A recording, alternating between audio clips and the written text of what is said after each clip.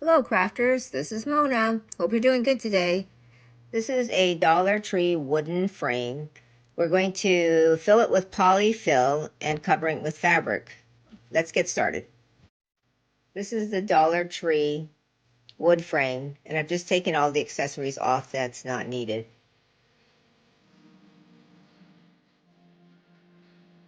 Here is a buffalo check fabric. I'm just laying it down to see how much fabric I need to cut off, and then I will hot glue the edges around it. But first, what I did is I first started just going around and filling it with polyfill. It's a polyfill that I had that had some glitter in it, and I wasn't going to use it because it was just falling off and it's a mess.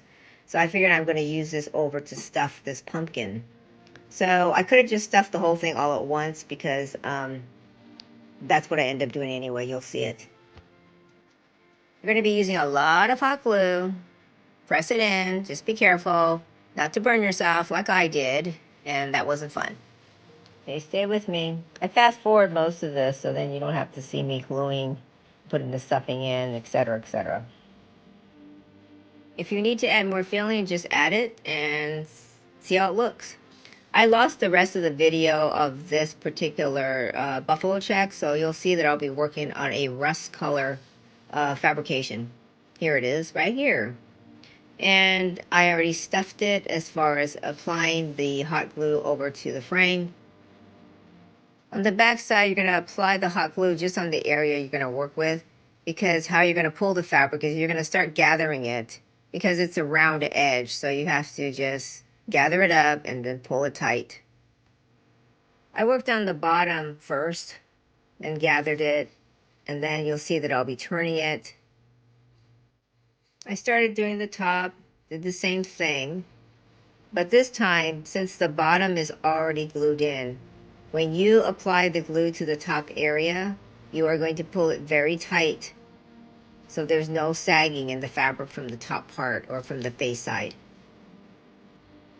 I could have cut off more fabric from the edges when I started off because I have too much excess I see from the video. I have a lot of fabric that I have in my containers. I have about 6 or 7 tubs of fabric that I have. By the way, this is a knitted fabric, so that's why it's easy to work with. You're going to cut around the back of the fabric because you don't need all that excess hanging there. You're going to start to work on the stem. I completely forgot to put the stuffing where the stem is. I don't know why. Maybe I thought I was going to do something else with it, but I decided to go ahead and add it in there, so I did. You're going to have to go ahead and cut around the curves of the wood frame in order for it to lie flat and look good from the face side. Make sure you pull the fabric by the stem area very tight because you want the face side of the pumpkin to look neat and not sagging. So it could be a very little piece there, but you're going to pull it, you're going to apply the hot glue, you're going to hold it so that it sticks, and then you're going to just cut around the excess fabric to cut it all off. This is where I should wear one of those protectors for your fingers so the hot glue doesn't burn your skin off. Don't worry that the back side looks kind of messy because I ended up putting a flannel piece in the back. I pinked the edges of the flannel, I hot glued it on, so then the back piece looks decent and finished. You'll see that I'm checking the back side, and what I'm doing is just clipping the fabric and then pulling it toward the back so it's tight and then pressing against it. Or sometimes I'm ripping it off because either it's not tight enough, I ripped it off and I redid it again. So, I mean, you can still do that with hot glue. I'm just going around the frame and the fabric to just see if it's tight enough. So you'll see that I will be pulling some parts off and then re-gluing it. Either it has some wrinkles in it or it doesn't look right, and I'm just checking it. It's the first time I've done this actually on a pumpkin. I did do it on the gnome that I had the first video, but the shapes of every frame is different, so you just have to work with it. There I am with the ribbon, and I'm just deciding what to do with the ribbon, and I have some raffia that I cut up. A lot of times when I am doing the bow, the finishing part of it, I sometimes, or most of the times, I don't know what I'm going to do, because I kind of play with the pieces that I have or the accessories that I have, and I look to see what I feel like making, and sometimes when I make it, it doesn't turn out, and so I change it. So those are videos that you don't see. So I trimmed the raffia. It was too wide for that particular pumpkin. This ribbon is nice, except it was way too wide for this particular pumpkin. So that's why I was actually just folding it in half and then making it work, because I did not want to look to see if I had another ribbon that matched. And I actually kind of like this one. I like the gold on it. Here is the next one I'm working on, but I'm not going to show you the whole video on this one. I'm going to cut it off. It's basically the same method.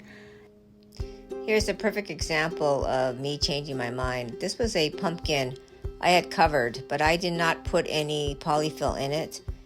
And after looking at this, it was way too flat, didn't have any dimensions. So the next day I thought, what am I going to do with this pumpkin? So I ended up stuffing it, and I thought it looked much better. Here I just get some jute twine, and I didn't know what I was going to do, so I just took a bunch of twine, kind of cut it up to see how it looked, tied it in a knot, and then I saw these little orange twigs that I had that was attached to another flower that I just cut up, and I thought, maybe that'll look pretty good. So I just tried it. After looking at this, it still needed something else, so I went in my stash. I had some dyed silk ribbon that I added to it. I thought it looked much better, so that's what I did. For the small pumpkins, I bought this at the Dollar Tree, and I just cut up the ribbon that was attached to each one, and that's why I have 3 little pumpkins, because I used these as my frames. And I did the same thing just like I did with the big pumpkin. I just hot glued the polyfill, which is not really polyfill. I believe this was something that was used for a Christmas skirt, and that's why it had some kind of glitter on it. You will go to the same process that you made the big pumpkins, stuffing it, gluing it. I covered the back with some woven flannel fabric that I bought from Joann's. I washed it first, and I applied the hot glue about 2 inches inward, so I had room enough to pink the edges. And I did not want to make a pattern for it, so that's why I put the hot glue closer to the center, so I had room enough so I could put my pinking shears, and I can guide it and cut around it. After you pink the edges, make sure you go back over and glue closer to the edge to make it flat. The 3 miniature pumpkins, I used my Cricut machine, and I used a Sharpie marker to outline the words. Thanks for watching. Please like and subscribe to my channel. Aloha!